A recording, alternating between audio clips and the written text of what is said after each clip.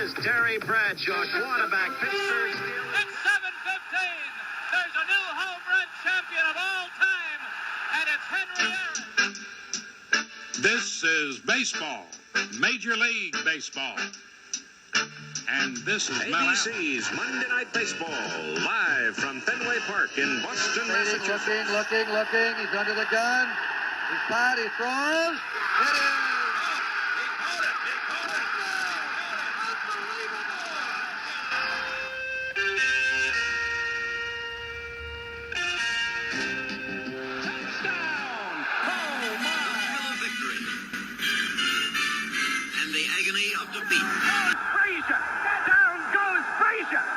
Live from Pasadena. Actually, we are live, but this is not live. We are taping this February 25th for the show to be released March 10th.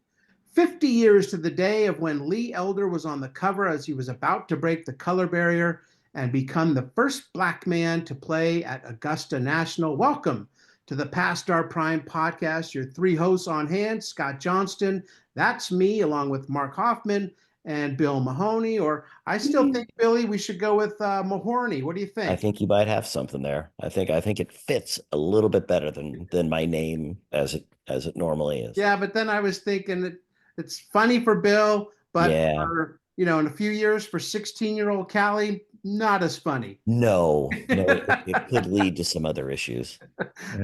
I wish everyone could see us because Bill's got his day glow green shirt on, and I've got my bright purple lilac shirt on. Exactly. Yeah, it's a good looking shirt though. Very nice. Thank you. If you're looking to not get run over at night while you're out jogging, Billy's got the wardrobe for you. I do. Can go anywhere and keep me alive, maybe because it's so bright.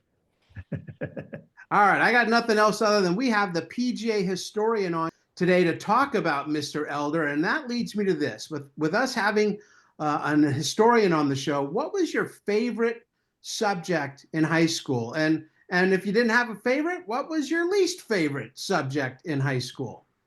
Mark, you go first. Mine was history, which is ironic having an historian on. I always loved history. Ever since I was a little kid, I used to go into my dad's study and get the encyclopedia out and read about the presidents. Big history buff. But it was really funny. My daughter went to this middle school and high school, and Eric Dickerson had a kid there. And I remember one day talking to the history teacher there, and the history teacher was a huge Cowboys fan. And Eric was trying to convince them to give up his allegiance to the Cowboys. Eric did not like the Cowboys. Yeah, which as we were talking about before we started, Eric's a Texas guy, and I got to imagine that a large portion of that state loves the Cowboys, or a smaller portion hates the Cowboys, but there's probably not too much in between. No, not with Edie, there isn't. No. Now, Billy, I gave you a little bit of extra time because I thought, favorite subject? Favorite subject would have been PE. I mean, obviously, and I liked math a lot, and I did not like biology. I had a biology teacher that his tests were like 50 questions, but they were, multiple choice, but they spelled out something in biology. So it'd be like certain questions would be, E, F, G, H, other ones would be A, B, C, other ones would be T, R, T, T, U, V, W, and it would spell something. So if you could figure it out. Yes. You did well, but amoebas are wonderful, and and I'd look at I never came up. I was always like WCA, nothing. So well, that's true because like, oh my God, this is so cool. And I was like, if the first answer is an H, then you're pretty certain that the next letter is not a K. Yeah, I never said I was smart either. Yeah.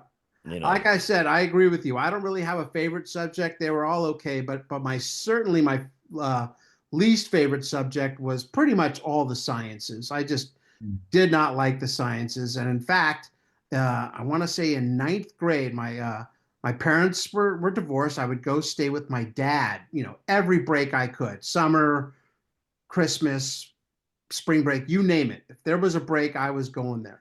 So ninth grade, I get like a C in physical science, rocks and sedimentary this and volcanic this, and oh my God, shoot me.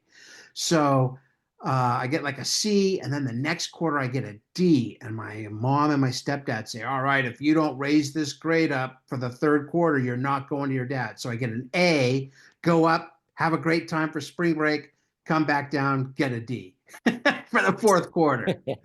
So if I applied myself, I could Yeah. make it happen. But I yeah. won't speak for Mark, but for me, that was on Oh, the please report card. speak for If me. Bill would apply himself, Oh things would my be a lot gosh, easier. right, right. And maybe if Bill paid it, didn't talk so much. Yes, no I, question. It was on every I one of them.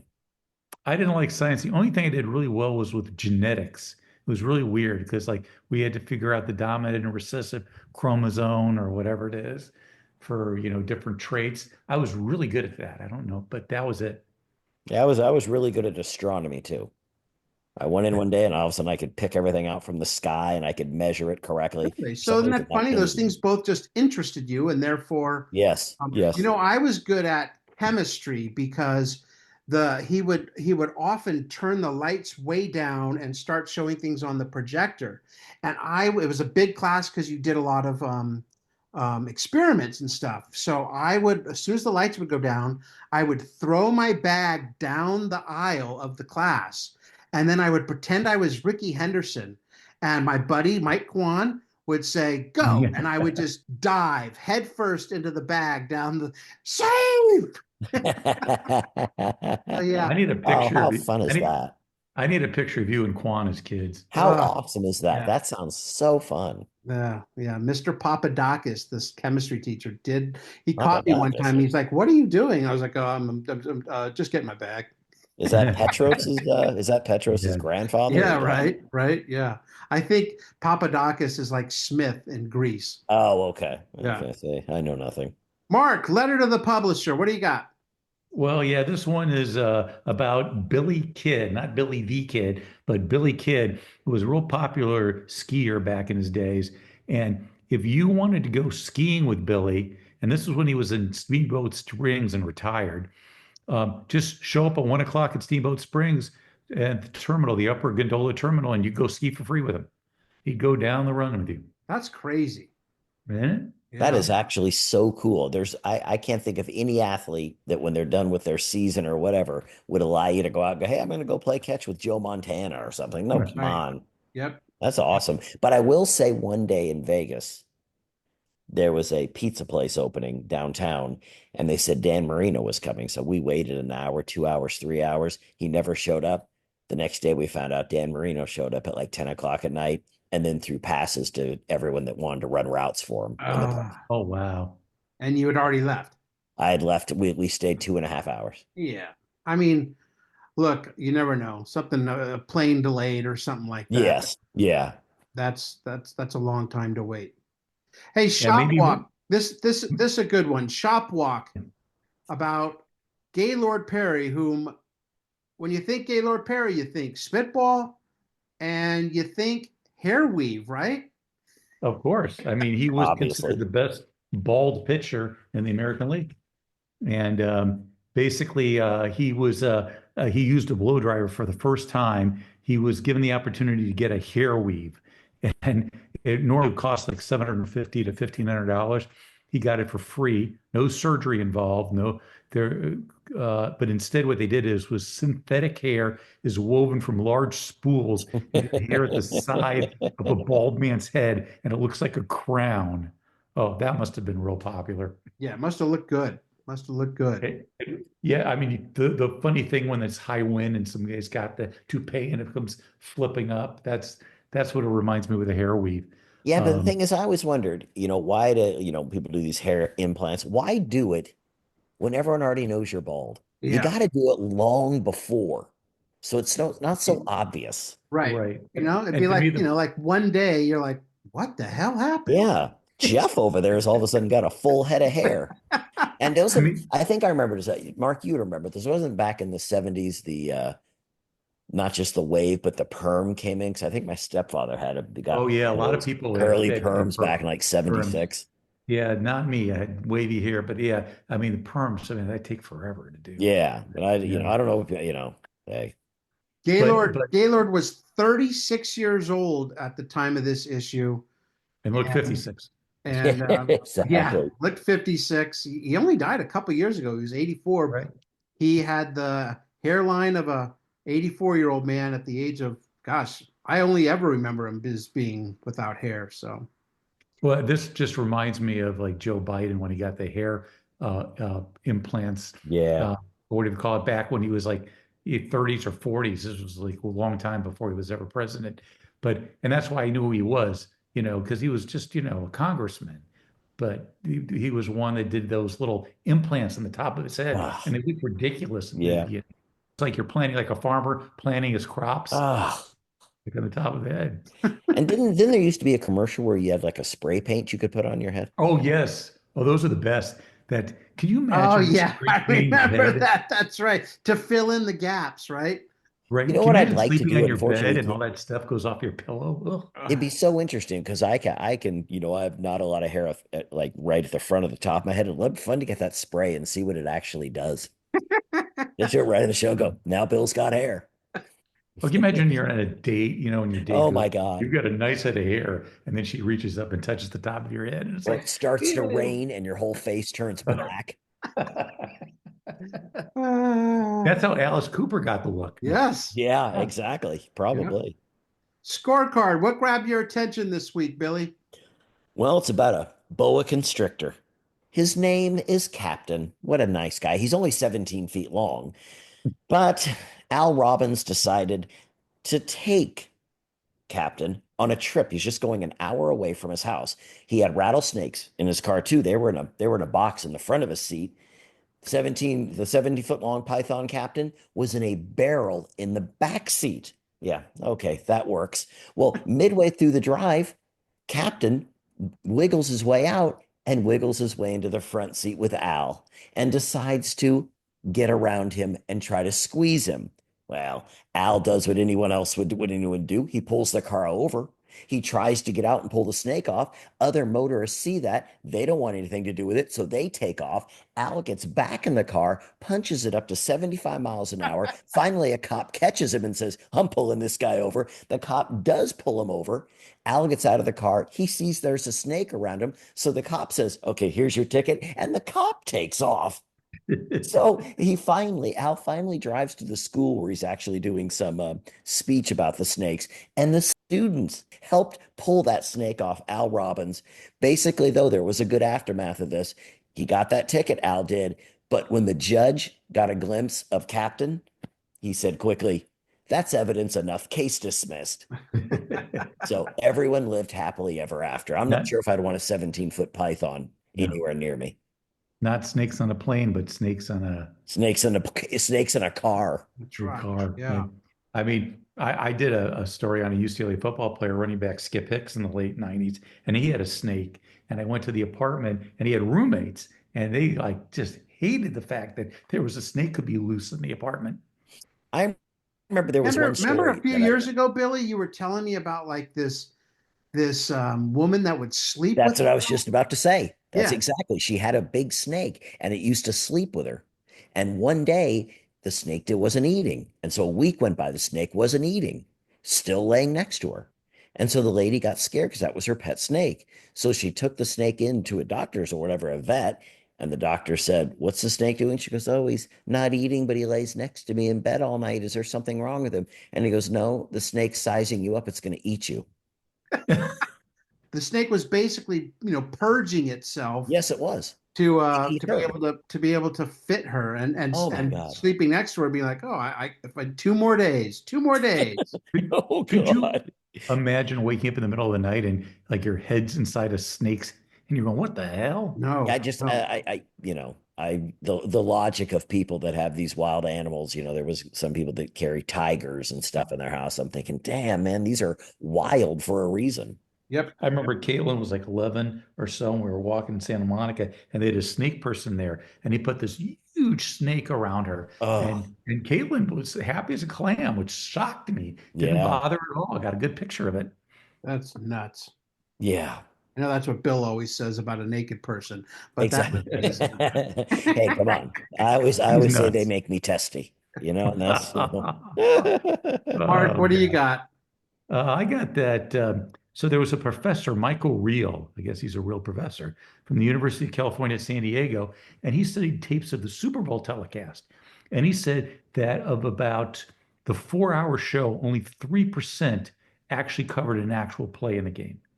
And I'm going, that's a 4 hour, Super Bowl coverage. Imagine today if he was doing it when it's 12 hours, and it would probably be less than 3%. It might be 1 or 2% Right. because there's such a long pregame show now. Yep. Yep. And I got to tell you, that's probably like the people that don't, like my wife, who would never watch a football game. She's probably read that study and she's like, only 3% of stuff ever happens anyway. I don't even know why you like the damn game. Oh. Best way we to watch a understand football it though. game is So for get us, it ready. it's exciting. Right, because we're like anticipating what's Yeah. next, and Yep. well, if they hold them here, will they punt or go for it, and all sorts of different strategic things that go with it. Now let Uh, me ask you guys: do you guys like watching a football game with someone that knows nothing about football and wants to ask questions? Does that? I did the last Super Bowl. no, really? Who? Yeah, we were at some friends up in Utah, and the husband knew a little bit about it. The wife didn't really know anything about it, so she was trying to understand it and stuff. And you All know, in one day. yeah. Well, we watched the Super Bowl with them 4 years prior to that. Same thing. That's like probably the only 2 times she's really watched the football game. Are they from America? The European. Okay, So yeah. So yeah, uh, American football wouldn't be tops right. in Yeah. Europe. Other interests. Have you, Billy? Yeah, at points in time, but not recently. But I did have a long time ago. I watched it with a group of people, and one guy was from Thailand, and pretty much after every play, why would they do that? Why did he do that? Then he didn't understand the 10-yard thing that, first and 10, 10 yards to get a first down. He said, well, if that guy gets 7 and then he gets 8, does that mean he only has to get 6 on the next? Because and we did this all game. Because that guy just ran for 20 and then he just ran for 18. So that means he's got, 2 or 3 more free first downs. And so, Yeah. yeah, I sometimes it depends on the mood where you're like, Right. okay, but then if you ask a question after every play, That's Yeah, well, maybe he could explain rugby or Australian yeah, rules exactly. football. Then they get upset. Yeah, yeah. Or cricket. Cricket, yeah, yeah. They said it, Mark. Jack Schulte, center for the Arkansas basketball team, was asked why he avoided a fight with an opponent. Quote, I have developed a great respect for my teeth, and his dentist would be very proud. Yes, smart man. Not a hockey player, is he? I got one from Tom Clifford, University of Florida running back, who did not play much, accepting a trophy for the highest academic record on the team. He said, quote, I'm especially grateful to Coach Dickey for giving me so much time to study during the games. That's a good way to look at it. There's a lot of guys It'd be like that like- on benches around America. I was just going to say, It'd I be didn't like take A.J. I didn't Brown. take advantage of that when I was on the bench. That would be great. Finish the great novel while the game's going. Exactly. You do your homework right on the bench. But yeah, A.J. Brown would sit there on the sidelines in the games and just be reading his book. I guess so. Has he always done that, or was that just a development this year? I think it was a development this year that people would have known that he's a big enough name that Right. someone would have got that on camera eventually. I think it probably was upset about something, and Yeah. And he's not a rookie. There's no way a rookie could get away with that. no, but No. AJ Brown's the guy that their number one receiver. There would have been somebody around, a fan, if no one else would have gotten a picture of him reading. Yeah. Right. Don't get away with anything in this day and age. Nope. No. Float like a butterfly. All right. A little bit more Muhammad Ali as he's getting ready to. Yes. Oh, wait. This isn't about Muhammad Ali. This is about Dennis Conner and sailing. Shall we go sailing? Let's get Christopher Cross in here. That's right. Just take him away to where he's going. Yeah. By the way, Christopher Cross did not look like he sang. He had this No. He looked like a truck driver, Yes, he but then he had this does. really soft voice. Yep. I don't know. He kind of looked like he could have used some of that Gaylord Perry uh, hair weaving stuff. But yeah, he had some big hits, man. We're dating ourselves, but he really did. Yeah, he sure. Yeah, the sailing was that number one, but he had a second one. I don't remember. I know if I heard it, I would. I Yeah, loved it. I can tell you what it is. It's themed to Arthur. Oh Oh, yeah. that's Get it. caught That's right. between the That's right. moon and New York Once in a City. night. Yeah, I yeah. thought when he went into his heavy metal phase, though, it didn't quite work. No. So tell Yeah. me, Dennis Conner, he this is one of those guys back in the 70s and 80s, right? Like right when ESPN was started, they did a Yep. lot of America's Cup. Any sports person at 2 o'clock in the afternoon, there'd be this boat race on, and we all knew who Dennis Conner was. And that's the only one that I know, other than Ted Turner, but he owned the Braves. I didn't know any other yachtsman other than Dennis Conner or Right? sailors, whatever you want to call them. No. Right, because he's first person on the scene with Courageous and Ted Turner winning the America's Cup. But then in the 80s, he dominated. But I'm looking at the picture of him in the article, and I always had remember him as a middle-aged man, and here he's like a younger man, dark hair, dark mustache, Yep. you know, I think he's totally still different. alive. I think I was because I kept thinking if they're going to keep putting him on these, magazines, we might as well know if he's still alive. Yeah, I think it was like 81. Yeah, he But he is. won America's Cup 3 times. Mark was right. He did dominate in the 80s, man. And he also won a medal in the 76 Olympics. Took the bronze home in the Tempest class, obviously. Obviously. Obviously. And who would have thought there was sailing not only in the Summer Olympics but Yep. in Montreal of all I places? know that. Yeah. Very Is strange. sailing still in the Olympics? I don't think so, but the sports that are in the Olympics come and go now. They try They things do. out. If They it do. doesn't work, it works. I mean, they had breakdancing this past year, right? Yep. That went over well. Remember when they had baseball in the Olympics and Tommy Yeah, that's Lasorda, right. That's right. the gold Oh, medal? Ben Sheets had that big gold medal game. I can't wait for them to put dodgeball or something in. wow. Then we're talking. Right. Beer pong. Their doctor was off duty. About a year ago, we had Peter Vesey on to talk about Dr. J I remember and the that. New York Nets. And then after that, they went on to win the ABA championship. Dr. J was the MVP. They're looking to defend that title with Dr. J once again leading the way, but they are having some real troubles on the road. Julius Irving is in a slump. I think he scored 15 and 14 points in back to back games. He averages about 30 a game. Billy's favorite, the Whopper, Billy Pultz, was Yeah. injured, Such Yep. a great nickname. and the Isn't it? Nets all of a sudden are tied with the Kentucky Colonels by the end of the week. And the Colonels, Mark, they were not going to go away. No, they're not. In fact, the Nets finished second in the ABA East and then lost to the Spirit of St. Louis in the semifinals in 5 games. That was, I mean, I don't know. Maybe for all I know, Dr. J, left the country and didn't play, but St. Louis was 32 and 52. They were 20 games under 500, and they not only defeat the defending champions with the MVP, they beat them in 5 games, 4-1. Just a huge upset, I would think. I mean, we'll see as we get closer what people said about that, but that's kind of crazy.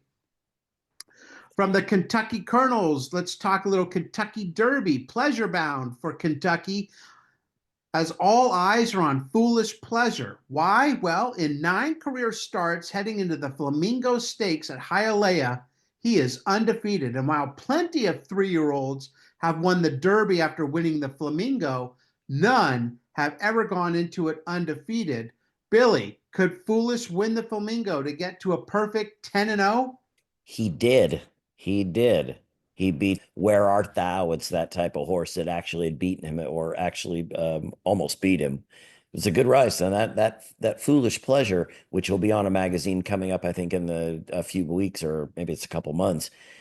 That's an amazing horse. It almost won the Triple Crown, ended up winning the Kentucky Derby, but came in second in the Preakness and the Belmont. Yeah. Oh, sure, Bill. be there, be that guy that went to see The Empire Strikes Back and he's in line all excited about the movie. Yep. And some Yep. joker comes by and goes, "Hey, Darth is Luke's father." And you're like, Mark, "Oh on man." that note, what you're saying, Mark, Yeah. there was a time when we worked at KCBS and they were talking Yeah. about the Titanic, and Yeah. someone had given the ending away, and the assignment editor goes, "Don't tell the ending." They sung. He was all upset that they told the ending of the movie. Like there's someone out there going, "Wait a minute, the ship Titanic sank?" sunk? Right. Hmm. Right. That's like watching, like Pearl Harbor or something like that. Exactly. Going, you mean something happened? The Yeah. They Japanese did attacked. what? They did what? But no, Scott, back to the Flamingo Stakes. It was one of those important early prep races for the Kentucky Derby. Horses such as Citation, Seattle Slew, Spectacular Bid, all took part in this race and all won. And obviously, they all went on to have great careers, with Citation winning the Triple Crown. Unfortunately, that race is now gone. It's been gone for 23 years. Yeah. I was Yeah. not I was like your normal um, Southern California kid with Santa Anita in our backyard. I liked horse racing, so I knew the names, but Yeah. I wouldn't have called myself a horse racing fan. Right. But back then, you didn't just see now what happens is you look up one day and the first Saturday first Saturday in May, Kentucky Derby. Yeah. We're like, oh, that's today.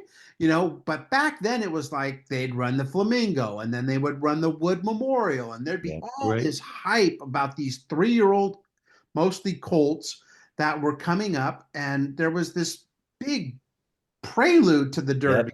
Yep. And we've lost that, and that's kind of too bad. It Yeah, really you is. don't even know nowadays in the Kentucky Derby when they put the horses up. Usually I'd heard of, in the past I would at least know 4 or 5 of them. Now I pretty much know none of them. No. And None of them. I remember one time talking to our good friend Chris Stegner, and a horse won. Oh, the director, Chris. Yes, the guy You who paid your money, Mark. paid Get your off. money Yes, back. he finally paid my money 20 years later. Go ahead.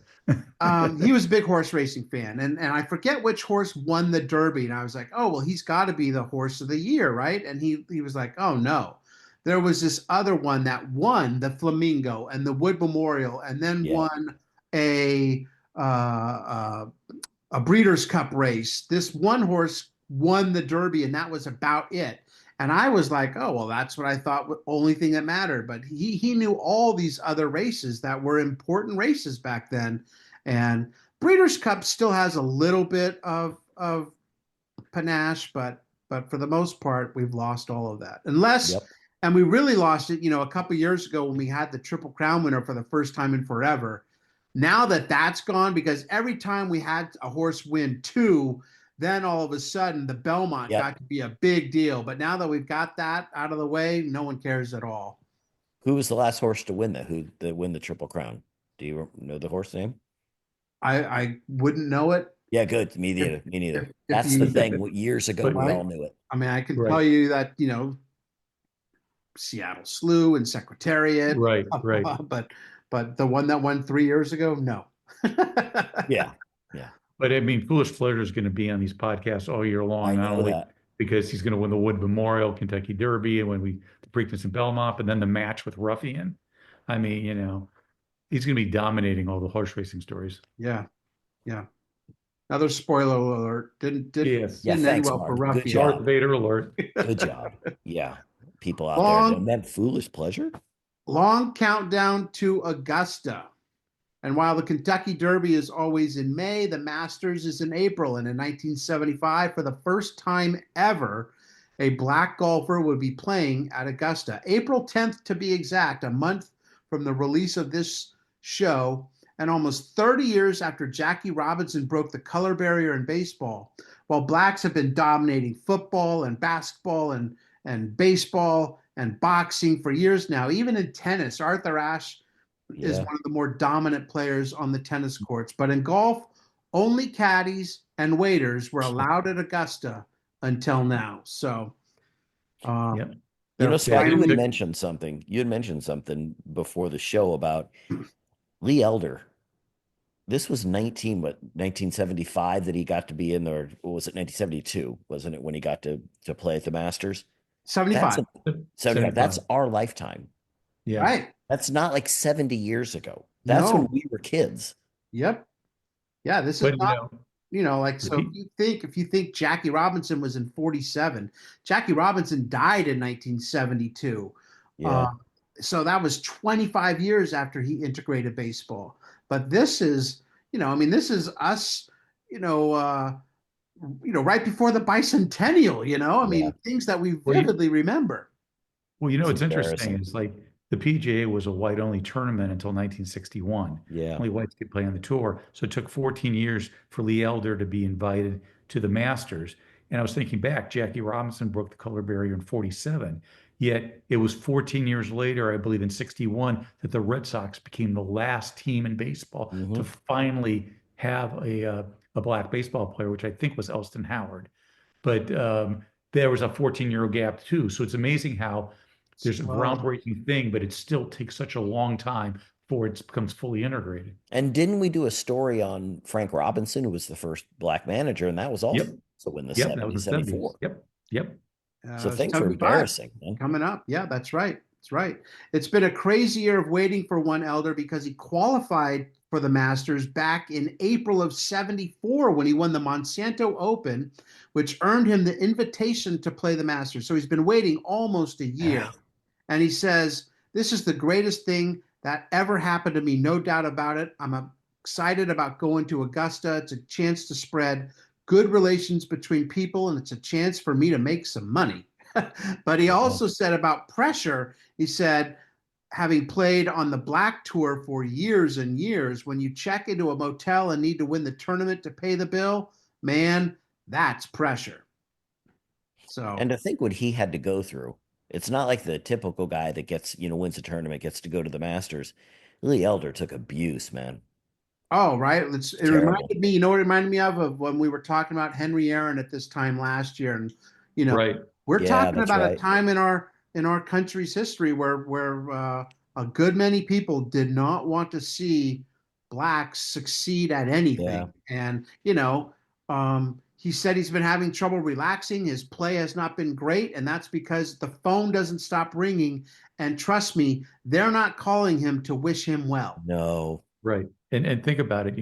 Aaron had to break this Babe Ruth's record in Georgia for the Braves, and Lee Elder has to set this record in a sense, Yeah, that's a from good point, man. after That's very marriage good. again in Georgia, Yeah. you know, because it's part of the South. Georgia, is one of the, last bastions Mhm. of, of days long ago when, blacks weren't considered the equals of whites, which Look, we've is talked about appalling. the fact that Branch Rickey chose Jackie Robinson because of his temperament and Mhm. his abilities of, but it didn't hurt that it was also Brooklyn. This didn't happen in St. Louis Right. or Right, right, somewhere. right. This happened in a place where they thought, and even then it was tough, but especially when he went on the road. But no, Lee Elder, quite a pioneer. We wanted to know more about Lee Elder, and what better way to go back in history than to talk to a historian. Laury Livsey is just that, the PGA historian, and while he has been in communications for the PGA since 2002, since 2010, he has focused most of his attention on the history of the PGA and its tour. But his knowledge and research goes well beyond just the last 15 years, and he joins us now to talk about more about the man who broke the color barrier at Augusta. Hey, Laury, thanks for joining us. Hi, guys. Appreciate you having me. Good to be here. Really looking forward to this. So let's get going. It's 1975. There are black golfers on the tour. I think 1961 was when that first happened. But it's kind of like letting black players in baseball, just not the World Series, until they play Augusta. What took so long for Augusta, and why was Lee Elder the man to make that happen? Well, it was interesting. It was not really anything that Augusta was preventing from happening. It was that a black player had not won a tournament that qualified them to get into the Masters. The Masters is an invitational. They invite players to go, and then they have a set of requirements that would allow you to play in the tournament. And today, if you win a tournament on the PGA Tour, you will go get an invite to the Masters. So at the Mexico Open last week, the winner goes to the Masters.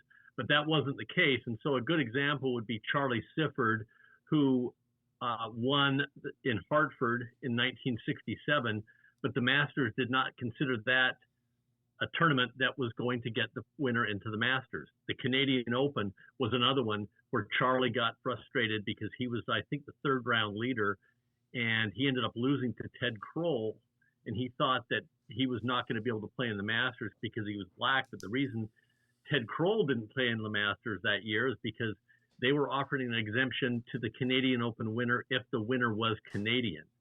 And so there's all those restrictions. And so when Lee Elder finally won the Monsanto Open in Pensacola in 1974, that was a tournament that the Augusta National had deemed where the winner would get an invite to play in the Masters, and that's exactly what happened for Lee Elder. So he wins that Monsanto Open in April of 1974. It wasn't easy, right? Multiple playoff hole, I believe, and I think the first win on the tour for him. But it was much more than just a first win, wasn't it? It wasn't. He was a late bloomer, so he didn't join the tour until 1968. He got through Q School and tied for 14th. Back then it was 144 holes, 8 rounds, and he got his tour card and immediately went out and played really well in 68 and had a very famous 5-hole playoff with Jack Nicklaus at Firestone Country Club in Akron, losing the American Golf Classic on the 5th playoff hole. But I think that really solidified in Lee Elder's mind that he could play out there. He'd been playing on the United Golf Association, which was for black golfers only, and he'd really dominated, and he'd actually done quite well.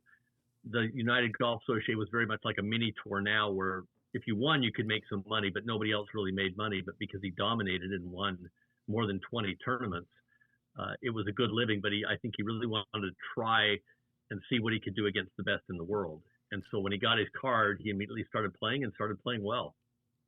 So he gets invited to the Masters, but doesn't he get a lot of hate mail? And didn't he have to rent 2 houses just for his safety? Yeah.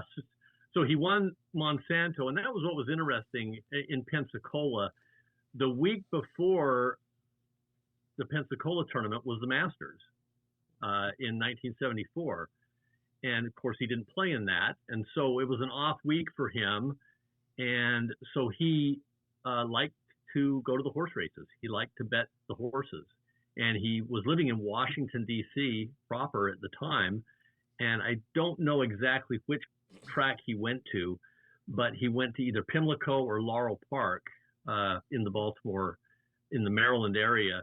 And as he told the story, he lost everything one day, just went home penniless. And he was really frustrated, and he didn't want to make the trip to the Florida Panhandle the following week. And his wife at the time, Rose, who was also his business manager, really talked him into flying down to Florida and playing in the Monsanto Open. He didn't feel he was playing well. He didn't feel he was in the right frame of mind, but he ended up doing that and then got in that famous playoff with Peter Roosterhouse and defeated him on I believe the 4th playoff hole. They all 3 parred. They parred the first 3 holes, and Oosterhouse missed several makeable putts on the 2nd and the 3rd playoff hole, and then Elder was able to win, and so that got him the invitation. And what was interesting is he did not receive his big oversized check, and he did not receive his trophy on the 18th green at Pensacola Country Club. Our tournament director at the time, Jack Tuthill, took Lee aside and said, "We're going to do the ceremony inside the clubhouse." And that was because the tournament had received death threats about him winning. And they didn't have time to, okay, can we vet these? Are these legitimate? Is this something we should really take seriously? So they just decided to definitely take it seriously and did it inside the clubhouse. And then he famously got a phone call after the prize giving, and it was from Clifford Roberts, the chairman of Augusta National. And Mr. Roberts called him and invited him to play in the 1975 Masters. And the newspaper reports talked about that and said it was great. He was really happy about that. But Lee said later that he didn't immediately accept. He said, "Well, I'll have to think about it, Mr. Roberts." And he knew he would play, but I think he wanted to let Augusta National know that he was not just going to be a rubber stamp and go there, but eventually he did and had a really good experience. And then you asked the question about what his week was like at Augusta, and it was probably unlike anything he has ever experienced. So what happened that week that he had to go through? And yeah, so I think what was hard about Lee Elder winning when he did was he basically had to wait 51 weeks. And this wasn't just a sports story now at this point. This was Walter Cronkite. This was Brinkley and Huntley talking about it on the network news, that the preeminent golf tournament in the United States, the Masters, the one that really welcomes golf to the new season in the spring, was going to have a black player for the first time.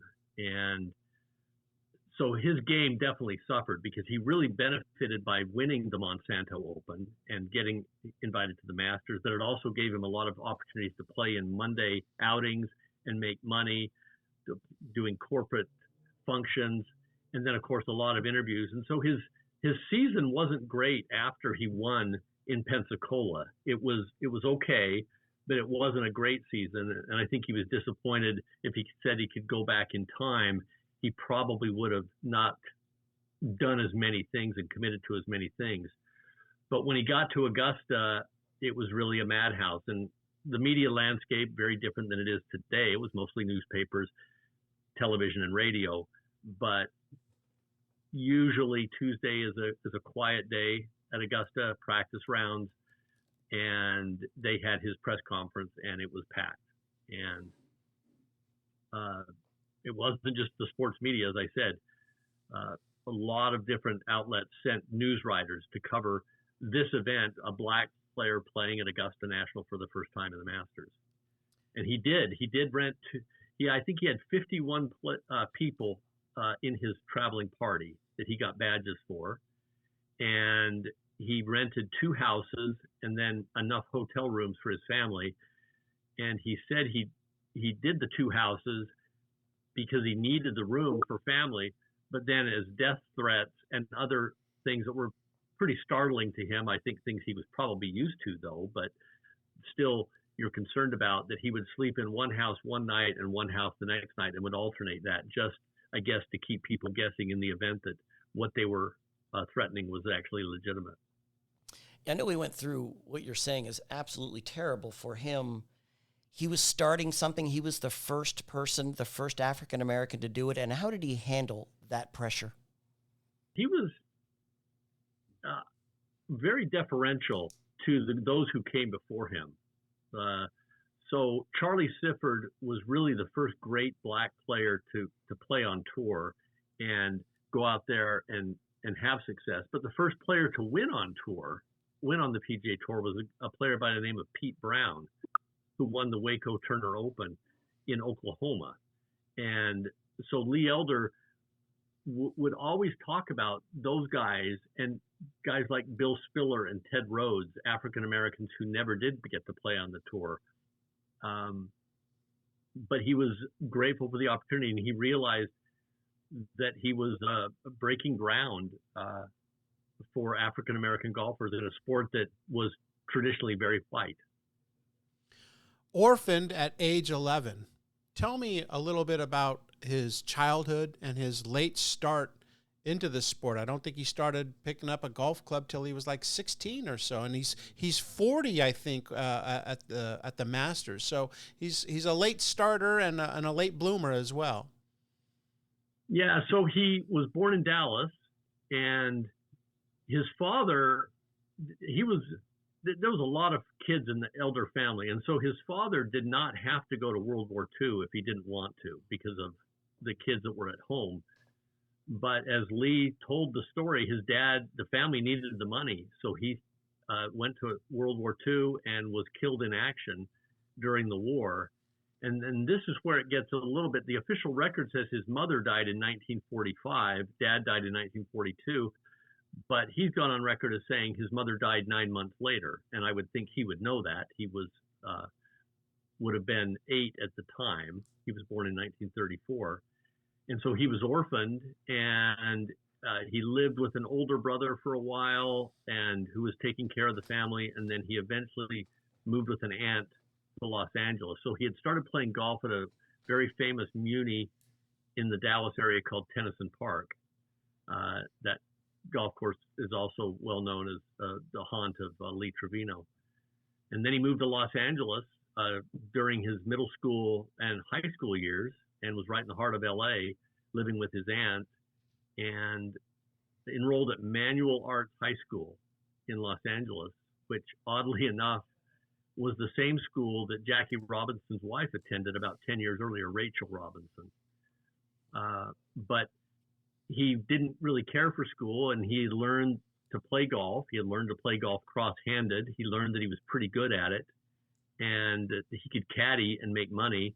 And he essentially dropped out, I believe, after his sophomore year, and worked the caddy yards and did a lot of golf hustling, would do things where he would challenge people and say, I can beat you playing cross-handed, them not knowing that he had learned how to play cross-handed. Hence the hustler part. Yes. The hustler part, he would do stuff from his knees.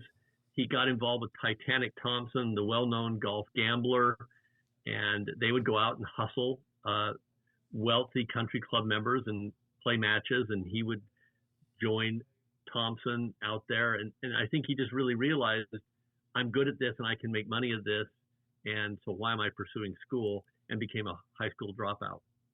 Is it, I mean, I know I read this. I don't know if it's true. Did he really play a golf match with Joe Louis, which helped him meet Ted Rhodes, which helped him? You got it exactly right. Yeah. And Joe Louis was really a good golfer and a passionate golfer. And so he helped a lot of players, mostly African Americans, and he became aware of Elder when he was a youngster, and could see the talent that he possessed and the promise that he had.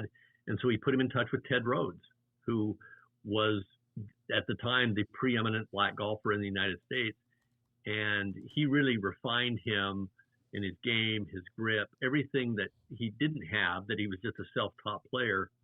And so, yeah, the Brown Bomber, give him a lot of credit for helping a lot of players, including Lee Elder. So what was it about Lee's personality or demeanor? Was it similar, say, to Jackie Robinson, where he could handle the hate? Did that allow him to be able to do this, or did he take everything personally? I think he had a really good attitude. I only met him once when he was still active on the senior tour, what we call PGA Tour Champions now. But just a really friendly guy. For instance, his nickname when he first got out on tour was Flip, because they felt like he resembled Flip Wilson, and he did. And he had a big smile, and he didn't seem to take things too seriously. But he wasn't really a threat either, because he wasn't winning. But they had to respect his game, because he comes right out and goes toe-to-toe with Jack Nicklaus in Ohio. That's something. And then he had a bunch of second-place finishes, I think 5 more second-place finishes between 1968 and 1973 before he finally broke through and won. So I think that helped, too, that they realized, hey, this isn't a novelty act. This guy can really play.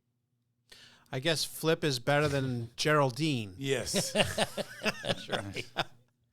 And only men of a certain age get that reference. Right. Yes, I know. That's right. That is true.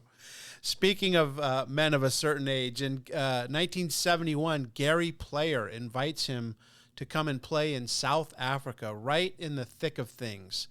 Kind of courageous in a way, if you think about it, for Lee to accept that. Tell me about that trip and the importance of it. Yeah, I think this is maybe one where he might have had maybe a little bit of anger toward Augusta National, because Augusta enjoyed inviting international players who had won on the international stage. And he won the Nigerian Open when he went on that trip. And it was really one to do exhibitions with Gary, and at the height of apartheid, as you said.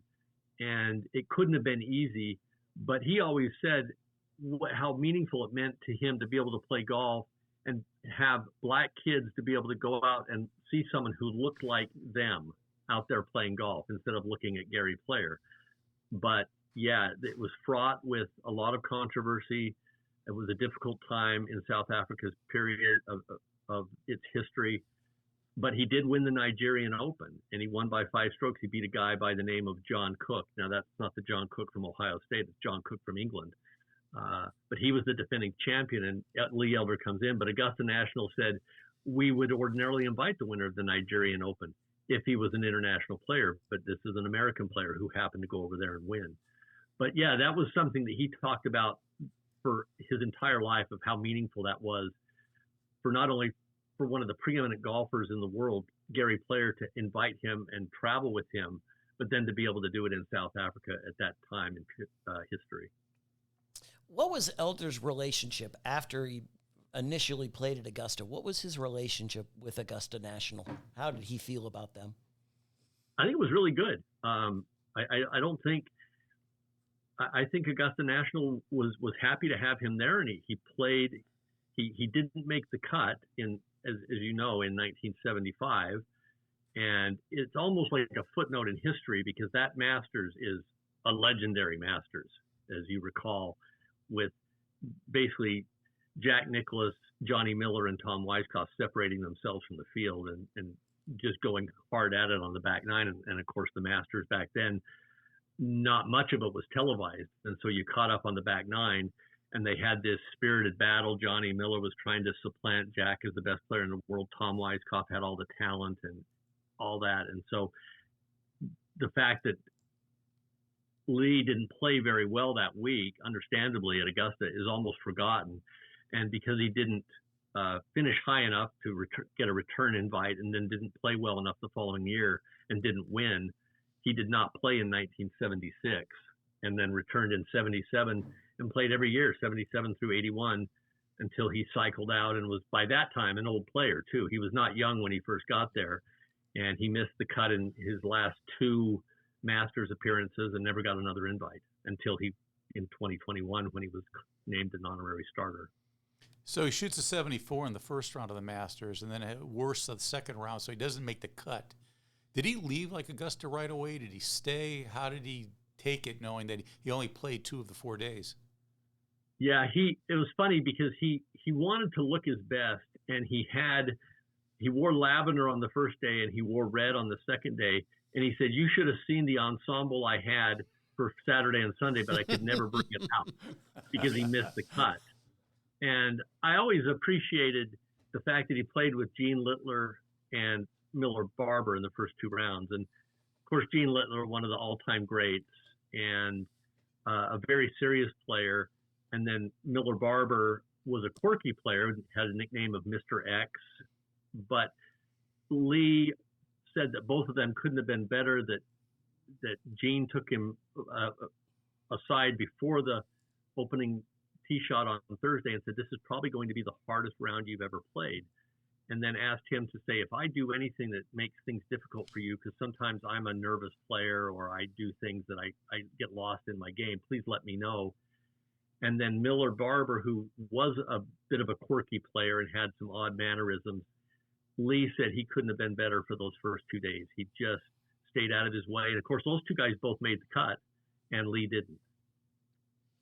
Laury Livsey, PGA historian, is our guest, a fountain of information on our topic of Lee Elder, who's about a month away from becoming the first black player to play and tee off at the Masters. And Laury, I got to tell you, whenever Mark or Bill ask a question here, I'm like, oh gosh, how's he going to know that? I know that. And then I'm like, well, I guess that makes him a historian. That's right.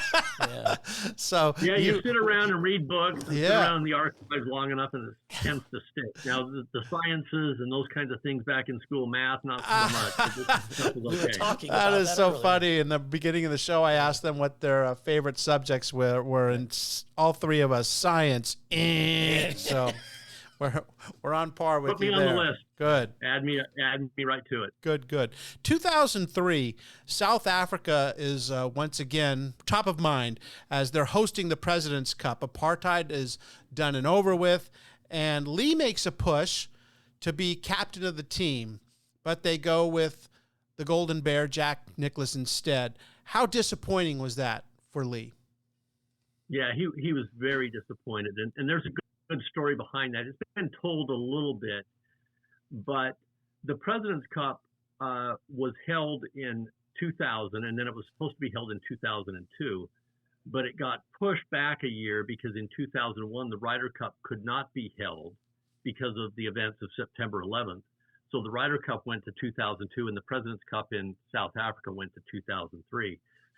And what happened is Lee got the idea that he wanted to be the captain of the United States team. And it was a good idea.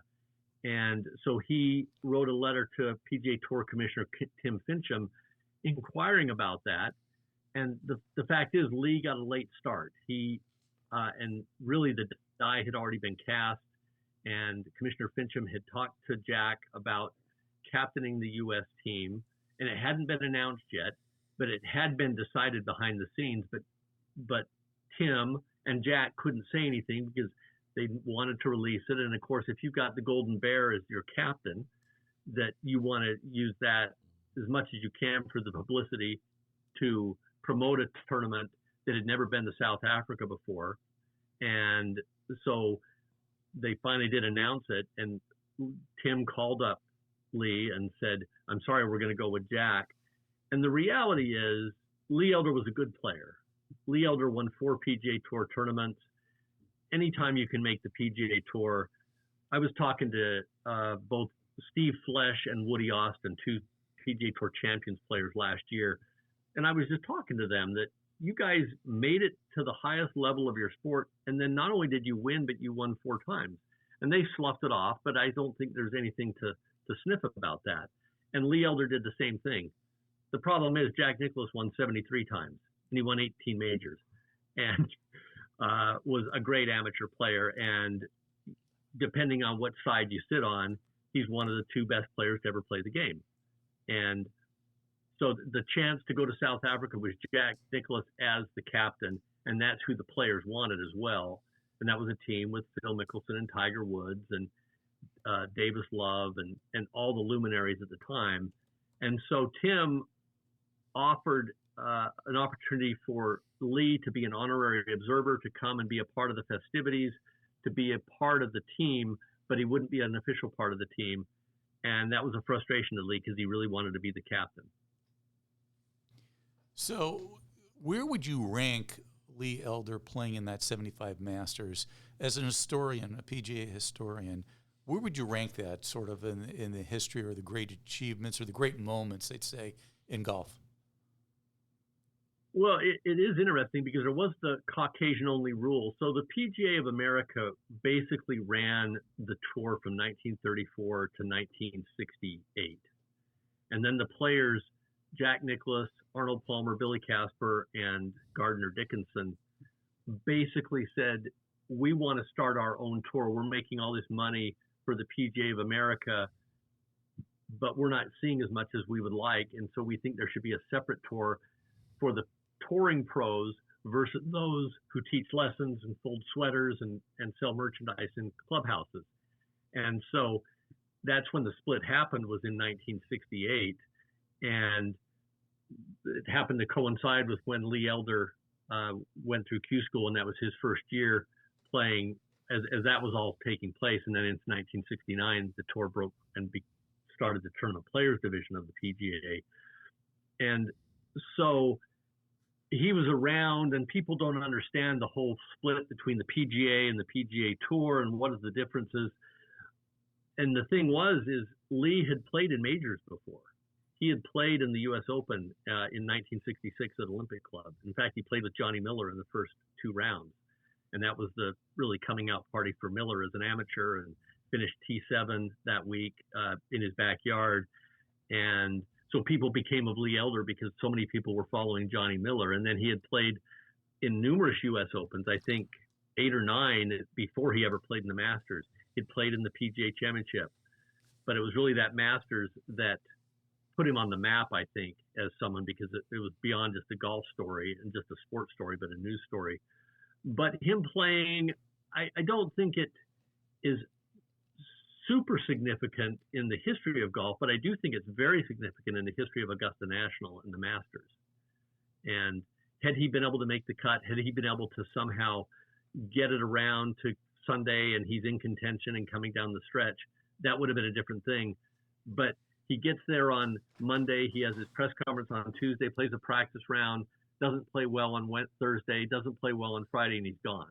And didn't get to show off his fancy clothes on the weekend. Damn, that would have been cool to say. In 1978, Lee Elder won the Greater Milwaukee Open.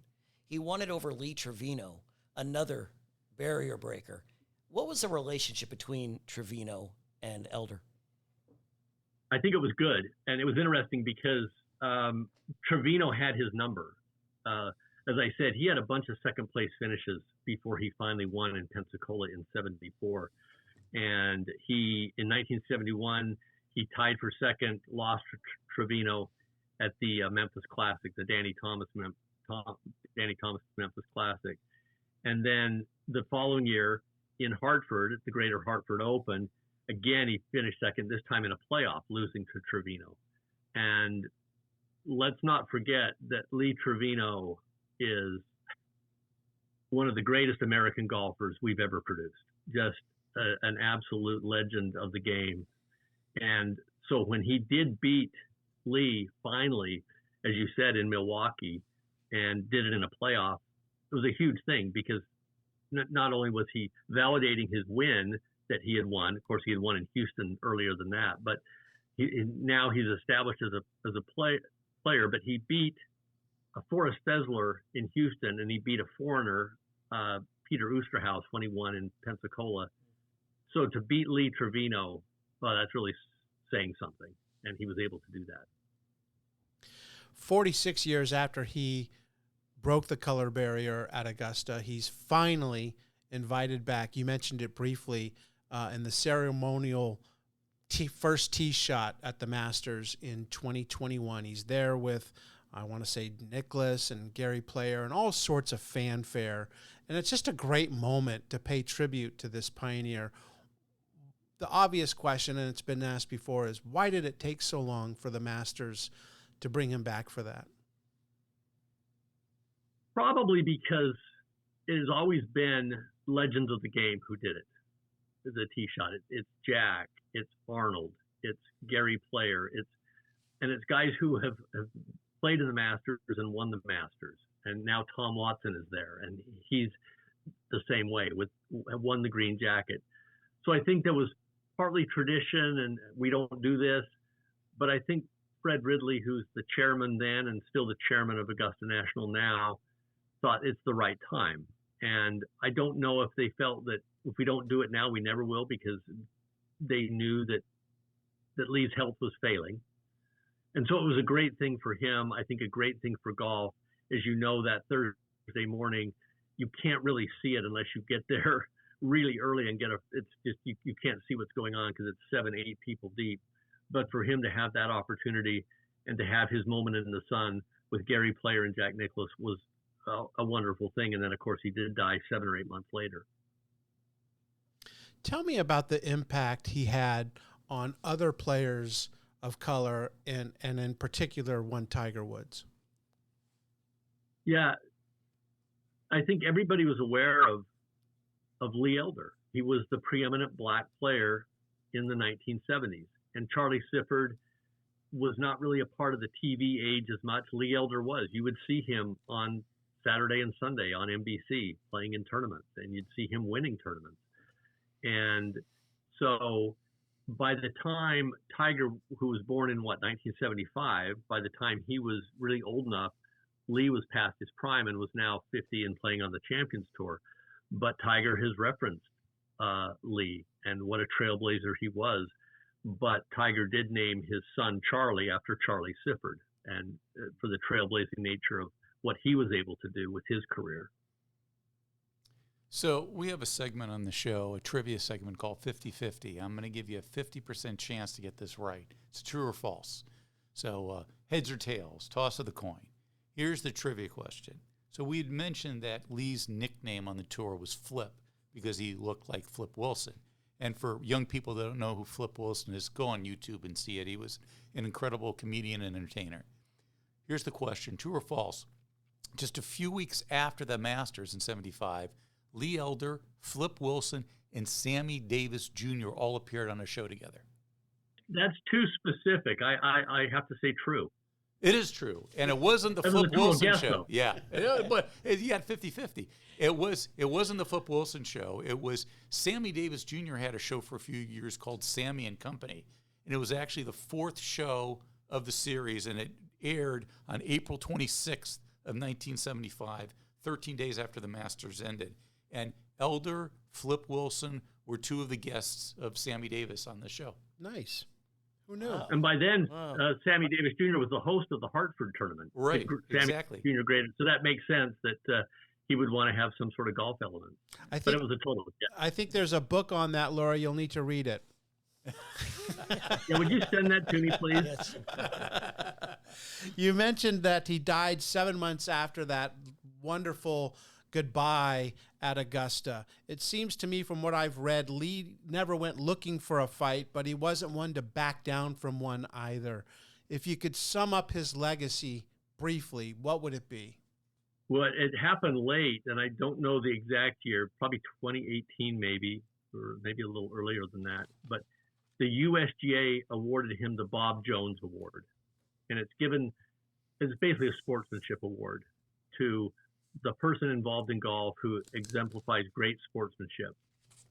And they gave him that award, and it meant so much to him. In fact, he talked about how he would take it with him when he would do golf outings, and they would pack it up and then they'd unpack it. And he would say how it's been packed and unpacked and packed and unpacked. And I think to receive a recognition like that has gone to so many of the luminaries of golf, and he was one of them, I think was a nice cherry on top of his sundae for him. But he was a great player. If you make the PGA Tour, you're a great player. If you win on the PGA Tour, you're a great player. And then to win 4 times really shows, and he could have won much more. He came so close with so many of those playoffs. And then he won 8 times on the senior tour after he turned 50. He won international tournaments. As we said, he won in Nigeria. I think he won in the Bahamas. So a very accomplished player. And it's one of those great stories. And it's just like Calvin Peete, who became the winningest black player in the history of the PGA Tour until Tiger Woods came along. It was these self-taught players. They didn't grow up with a silver spoon in their mouth. They didn't get to play on manicured fairways. They were playing at municipal golf courses with mismatched clubs, and they turned it into a career. And I think Lee Elder can be very proud of what he was able to do with the limited opportunities he had to start. And he hard scrabble, and he just made it happen. And he made the cover of Sports Illustrated. Yeah. When Sports Illustrated really meant something. Yes, it did. It sure did. Hence the show. Yeah.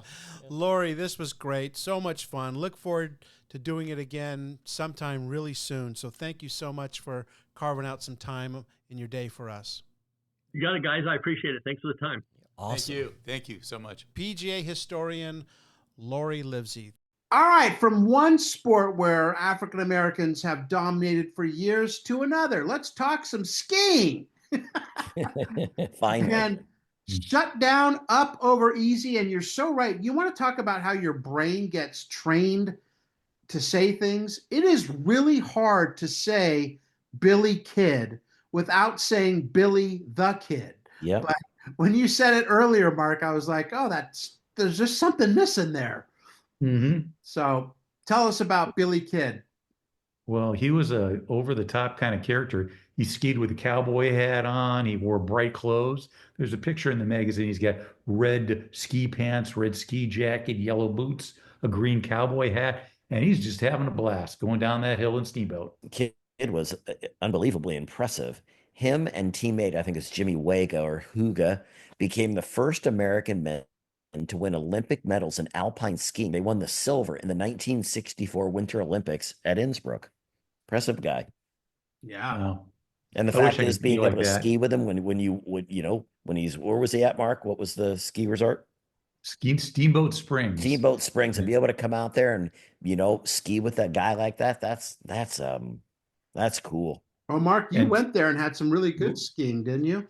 oh yeah, yeah. First of all, I went there over Thanksgiving week in 2016, and the year before it snowed like crazy. We got there and there was no snow. In fact, they had a bunny slope open and one slope that was all ice. And you can only ski a bunny slope so many times. Yeah. And it was funny, the day before we left that Saturday, it was like almost 70 degrees. I had a short sleeve shirt on. Then the day we fly out, blizzard. We almost couldn't take off from the airport. Yeah. That's Colorado. What is a bunny slope? I know it's not a Playboy bunny It's a slope. What is it? beginners. Oh, is it? Beginners. Okay. Yeah. Poor little bunny. Yeah. Oh, okay. I didn't know. Yeah. Weather in Colorado is about as crazy as places we have in this country. Our friend Joe Fowler lives in Golden, Colorado, and he will send me a forecast of, this coming Wednesday, Denver will be a high of 73, and on Wednesday, a high of 21.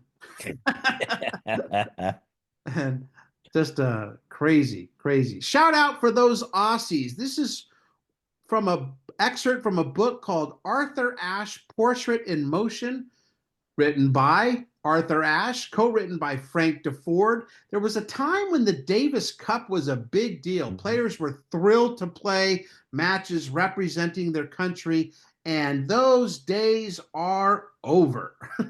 And in 1975, Ashe was playing in what was called the World Cup of Tennis, which is really just a made-for tennis tournament, or whatever you call it, USA versus Australia.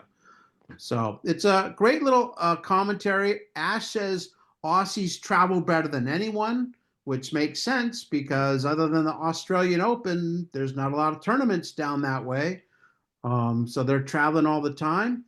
And that Australians are tightwads, except when it comes to buying beers, that they never complain or make excuses. If you are hurt, default. If you play, you do not have an injury. So they're pretty straightforward kind of guys, and a lot of the great players all time, Rod Laver, Roy Emerson, John Newcomb, all Aussies from down under.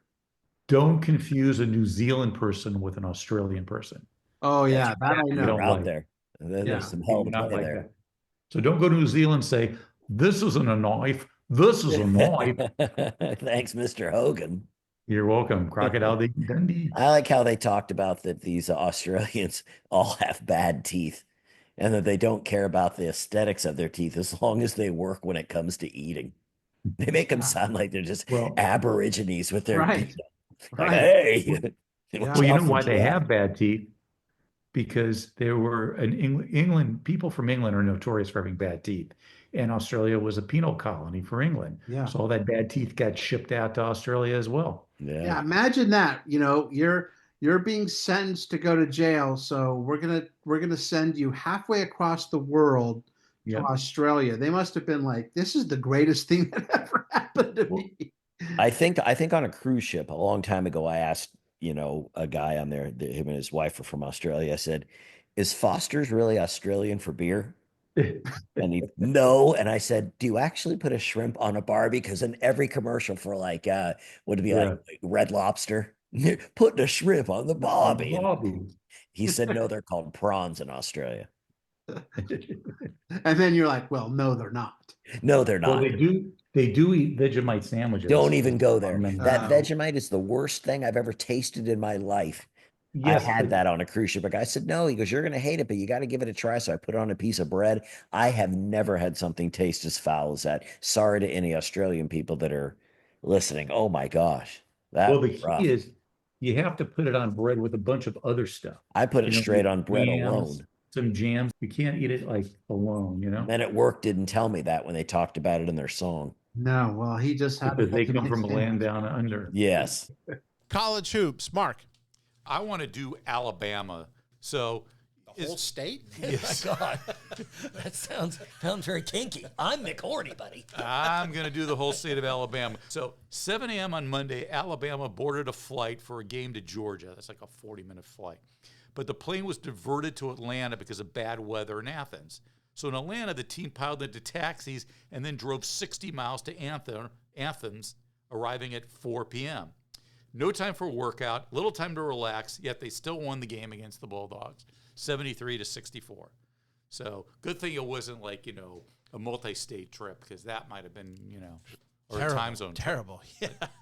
If they just got into a bus to begin with, they would have gotten there, Because of the way he bounces on the court when he's excited, freshman guard Phil Ford, who will be on the cover of next week's Sports Illustrated, is called Bugs Bunny by his North Carolina teammates. Ford had plenty of reason to jump up and down as he pumped in 22 points in a 76-74 win over defending national champs NC State. One of the more unheralded great players of the ACC back in the day, Phil Ford.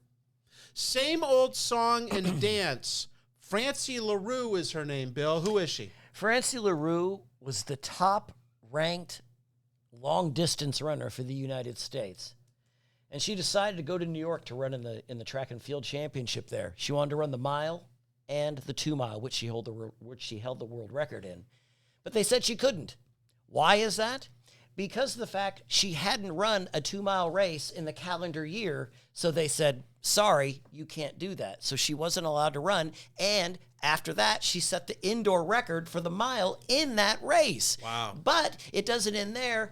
Later on, when the Tanzanian guy couldn't run, or he hadn't run in a heat all year in the 600, they let him in it. The AAU let him run in it because the delegate of Tanzania said, if you don't allow our guy to run in the 600, we won't let Filbert Bayi run in the big race and get them publicity. So they went, oh, okay, you get to do it. So they folded. Yes, but Francie LaRue, how many Olympics was she in, Scott?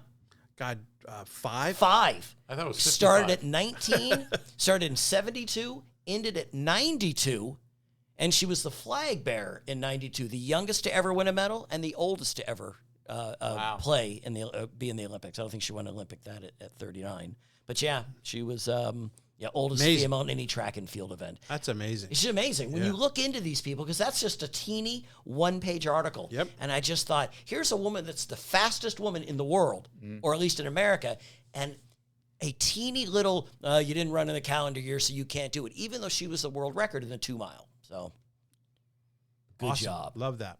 Growing weak by degrees. An article on medicine and the effects of the body core temperature dropping being extremely dangerous. At 11 p.m. on December 22nd, 1963, fire broke out aboard the Greek luxury liner Laconia as it cruised the Atlantic near Madeira, and passengers and crew were forced into the water. Air temperature, 60 degrees.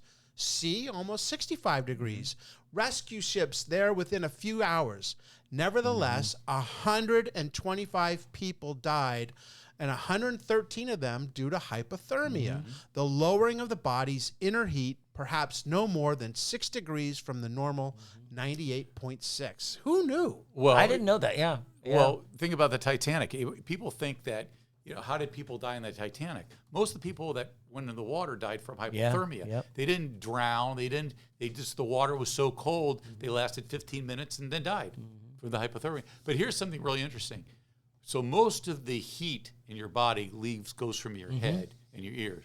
So if you were wearing shorts and a tank top in the winter, but you had like a full cap on, covering your ears and everything, you would survive probably longer than someone that's dressed in jeans, a heavy jacket, but has nothing covering his head. That's what it said in there. One of the guys said, he goes, if your feet get cold or head gets cold, what is it? Feet get cold, put on a hat. Right, that's the old axiom. Yeah, right, I didn't know that. That's the first time I had ever heard that. I was in Detroit, and I want to say it was 97, and we had to do live shots because the NCAA tournament outside. They wouldn't let you do them inside. And they had one of the worst ice storms, in Michigan at that time in March. And that first night, I had no hat on my head. I was dying, absolutely dying out there.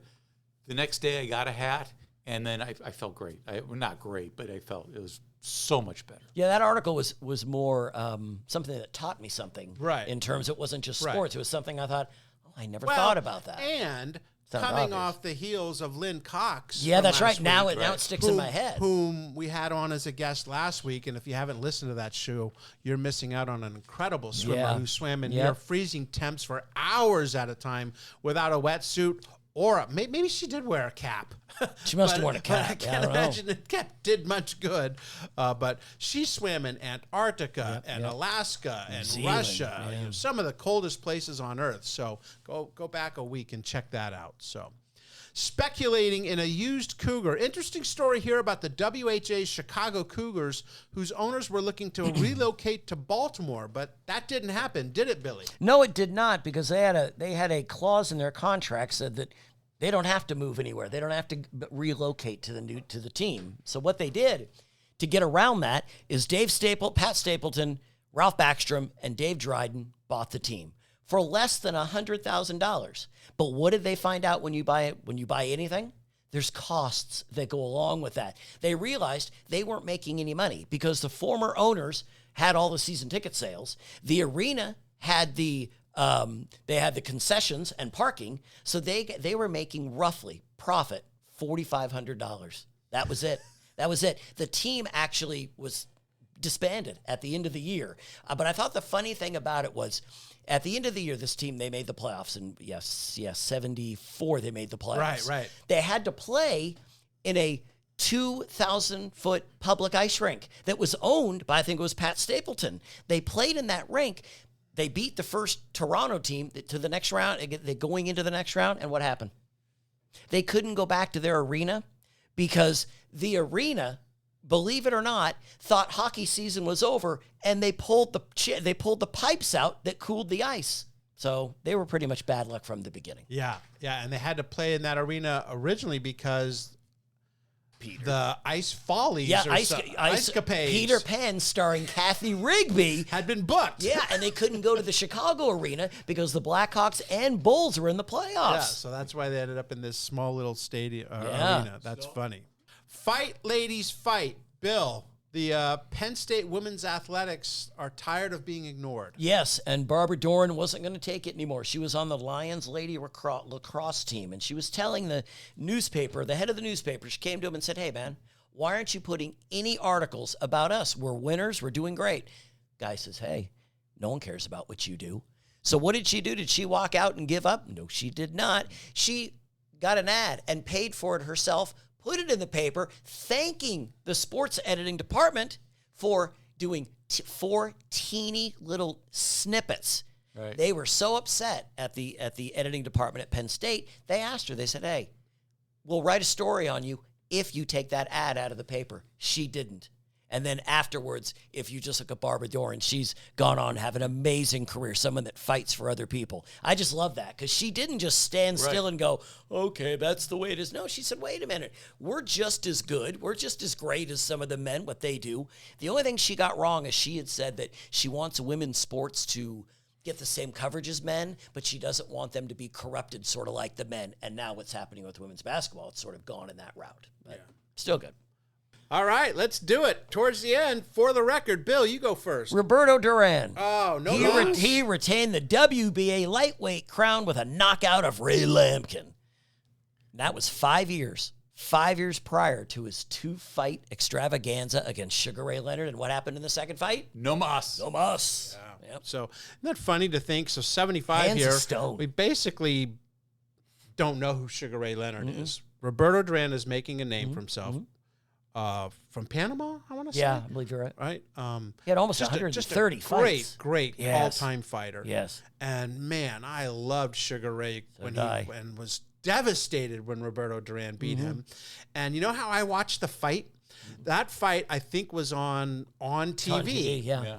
Remember that. Which was like a pay service before cable. And I didn't have on TV, but I had it would have like a line down the middle. And you could kind of try to make out what was happening. And all of a sudden I saw that they weren't fighting anymore. And I was like, what's happening? What is going on? You know, and I knew the fight was over. I just didn't know what happened. So, well, Sugar Ray tried to stand toe to toe with him, and that didn't work. And in the second fight, Sugar Ray went back to his bobbing and moving and bopping him. And then Roberto said, "No, I'm not doing this." Yeah. Right. Mark. Joe Bugner. So Joe Bugner is a fighter, and a lot of people won't know who he is. So he wins this bout. He's from Great Britain, Joe Bugner, and he retains his European heavyweight title with a 5th-round TKA of Italy's Dante Canet in Bologna. Very nice. He's a good one. But the thing about Bugner was he fought Ali that summer of 75, in June of 75, and it went the full 15 rounds because he fought just a completely defensive fight. You know, it was like, so it was kind of a boring fight or whatever. But, I mean, Ali had, you know, fights like, you know, against Chuck Webner and against Joe Bugner that people were expecting like him to do quick work of these boxers. Jimmy Young. Yeah, and they went they went like the distance or, you know, so they were like shockers. So Bugner had an interesting 1975 season. And again, he was a European champ, and I believe Bugner he had to escape. I'm trying to figure out what country he came from and went to England to escape this country. Interesting little thing. Yeah. Most people don't know who he is. I didn't know who he was. I know who it was. Nope. Faces in the crowd, Mark. Sherry Haynes, who on the McLean Texas High girls basketball team scored 71 points in a game, averaged 42.3 in 30 games that season. She also competed in track, golf, and tennis. But I looked into her, and I guess she ended up winning an AIAW national championship. And I have no idea what that is, but it was a Delta State in the 75. I've heard of Delta State. And she's in the Panhandle Sports Hall of Fame. And she's like one of the top Texas, one of 100 greatest athletes of the century in Texas, I guess, in this Panhandle. Yeah. So She was impressive. 19th hole. I have one that caught my attention. The very last thing in the issue. You guys remember in the February 24th issue, there was something on a guy named Ron Watts who was getting some notoriety for being in some TV commercials with Bill Russell. Watts played like 28 games in the NBA in his career. I think he scored a total of 40 points. So that's about a point and a half a game. But he was getting his 15 minutes of fame because of these commercials. Anyway, the reader writes, Barry McDermott's article about young Bill Cartwright shows that there are still great athletes whose values transcend million-dollar contracts.